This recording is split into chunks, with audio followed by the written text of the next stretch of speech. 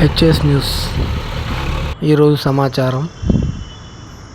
ఒగ్బోడ్ ఆస్తులను కబ్జా చేయడానికి ప్రయత్నిస్తున్న ఇతరులు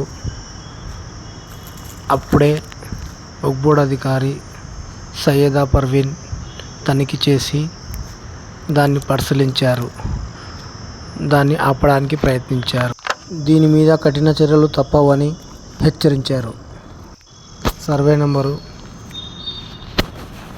151/1 మునగలపాడు సమ్మర్ స్టోరేజ్ దగ్గర